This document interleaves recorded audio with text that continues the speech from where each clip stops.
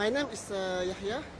I'm studying at the UTM, Faculty of Computer Science, and I'm doing my PhD. This is my first semester. My area is optical network, where I'm working on OBS. And really, this university really is a good place for study. And the university does have, good stuff.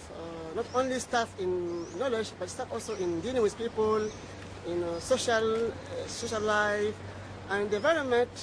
In terms of environmental friendly, it is really environmentally friendly. The environment is full of trees, so this gives us energy and oxygen to study. We do have also many students from other countries, so we make friends from other countries, from all over the world, from Europe, from Asia itself here, and from America, from Africa. And really, this place is very good for study. So I do encourage you to come and study here. And thank you very much. Good luck. Thank you.